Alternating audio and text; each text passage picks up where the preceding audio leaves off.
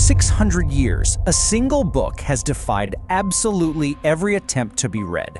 I mean, it's written in a language that simply doesn't exist on any map. It features plants that don't grow in our soil and star charts that, well, don't align with our sky. Cryptographers, historians, the CIA, the NSA, and even the world's most advanced AI have all tried to break it, and every single one has hit a complete dead end. So, is it an elaborate hoax, a lost piece of human history, or is it something far more haunting? Welcome to the Lore Vault, and today we are unlocking the ultimate explainer on the world's most mysterious text, the Voynich Manuscript. This really brings us to the core of our mystery today. I mean, you have to ask yourself, is this incredibly bizarre text, with its unknown alphabet and impossible biology, just a massive, elaborate hoax pulled off by some medieval genius? Is it a crucial piece of lost history? Or, as some of the more mind-bending theories suggest, could it actually be a guide from a parallel dimension? The author is clearly speaking to us, but we literally cannot understand a single word. Section 1. The Impossible Book. A century missing in the shadows. Okay, let's dive into this timeline. In 1912, an antique book dealer named Wilfrid Voynich dusted off this unassuming small vellum book inside an ancient Jesuit college in Italy. To figure out what he actually found, we have to look to modern science. In 2009, the University of Arizona did some carbon dating, and that gave us our first real data point, a 95% probability that the parchment itself was created between 1404 and 1438. But check out this massive anomaly on our timeline.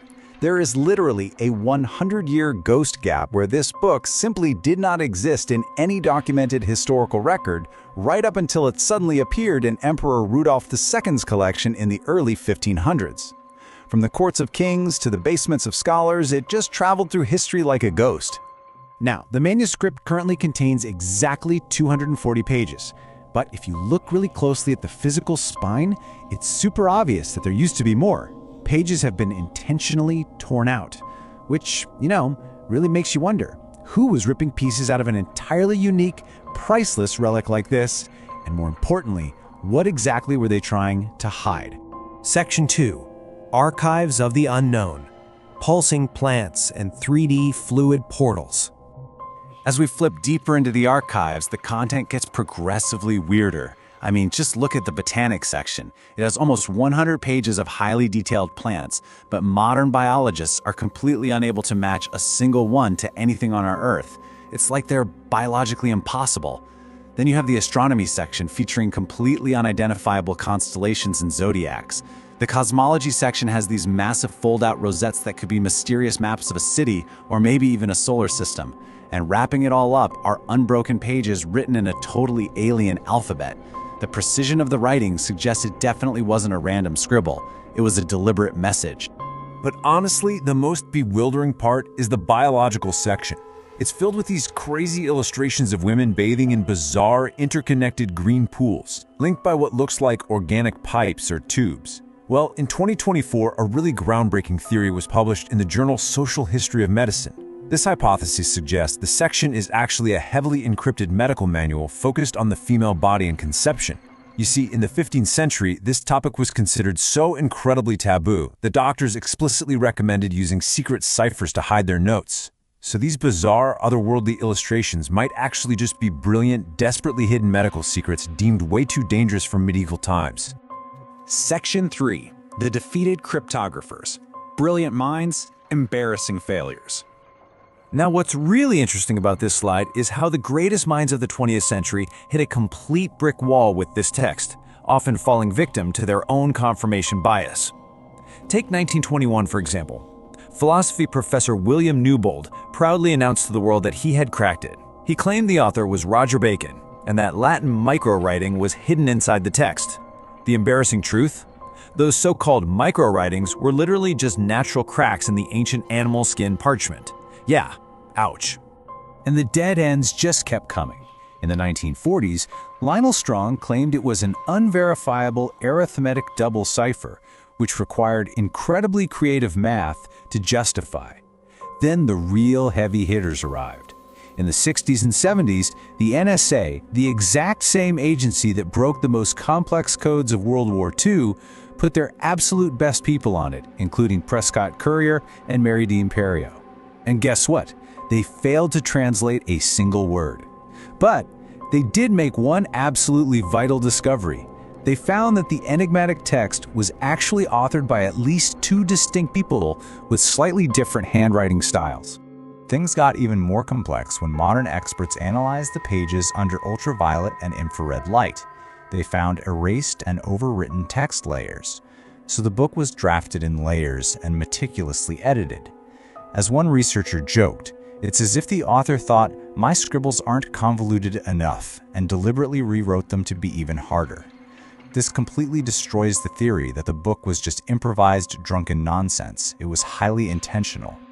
Section 4. The Mathematical Enigma. The Unbreakable Code of Zipf's Law. So, if the absolute best human codebreakers can't read the words, what happens when mathematicians look at the invisible structure?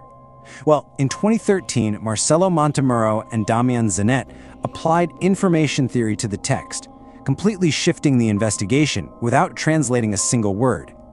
They discovered a shocking fact. The manuscript perfectly follows Zipf's law. Basically, this is a strict statistical property found in virtually all natural human languages, like English or Chinese, where the most frequent words follow a specific mathematical distribution. Furthermore, certain words cluster exactly like organized thematic vocabulary in a real reference book. And this brilliantly illustrates the core problem for the whole hoax theory. A random, improvised forgery would look chaotic, completely lacking any natural structure. But the Voynich Manuscript? It looks like a highly organized network. It has deep vocabulary clusters and semantic co-occurrence networks. It functions mathematically exactly like a real language. It just doesn't match any language that has ever existed on our planet. Just to put this into perspective, there are over 170,000 characters in this manuscript, utilizing about 40 distinct glyphs. The sheer mathematical improbability of a 15th century mind sitting down and flawlessly crafting a fake semantic network of 170,000 characters without making structure-breaking errors is just staggering. There's almost no way it could be a simple fake. Section 5. Theories and Dimensions. Into the Cosmic Void. Okay, so this leads us to the most mind-bending theory of all. Could this be a refugee's guide from a parallel Earth? Some researchers point out the terrifying lack of crossed-out errors in the text. It flows perfectly, almost as if it was seamlessly copied from an original that exists entirely outside our reality. The impossible plants? The alien star charts? Under this theory, they aren't wrong, they are just completely accurate descriptions of a different dimension entirely. A traveler might have just left this vault of knowledge behind for us to find. But bringing things back down to Earth, we really have the top 3 grounded scientific hypotheses. Number 1, it's a lost language. A totally undocumented language that simply died out and left 0 surviving records. Number 2, a complex cipher. A real language like medieval Latin encrypted so well, maybe using groups of characters instead of single letters, that we just can't break it. This is currently the leading theory among experts. And number 3, a sophisticated fake. In 2003, Gordon Rugg theorized a 15th century scammer could have used a tool called a card-on grill, basically a sheet with holes moved over a table of syllables, to generate gibberish that looks real. However, that sophisticated forgery theory really struggles against modern scrutiny. You see, while a medieval scammer using a card and grill could pretty easily fake the surface level of Zipf's law, faking the deep interconnected semantic networks that Montemurro found, that requires advanced linguistic knowledge that absolutely did not exist in the 1400s. The creator would have had to formally understand complex language structures centuries before science actually discovered them. It's highly unlikely. And here is actually the most amazing part of the whole story. You don't need top secret clearance to see this book. Anyone can dive into this mystery themselves, because Yale University's Voynich Library holds the actual manuscript, and they have fully digitized high-resolution scans of every single page. They're available online completely for free. The greatest puzzle in human history is completely accessible to you right now. When you pull back and look at all the evidence, we are left with the ultimate paradox. Think about it. If this is a cipher, the author won. They successfully beat the NSA. If it's a hoax, the author won. They fooled the greatest scientists for an entire century.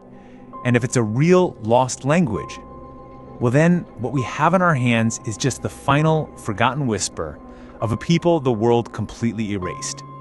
Whoever wrote it, they completely defeated modern humanity. So the crucial point is, after 6 centuries, the manuscript remains brilliantly silent, protecting its secrets. What do you think? Is it a genius prank, a forgotten language, or maybe a window into another dimension entirely? Is the answer hidden in the stars or in the ink? Let me know your theories in the comments below. And hey, if you enjoyed this dive into the vault, hit that subscribe button for more untold stories. Until next time, stay curious.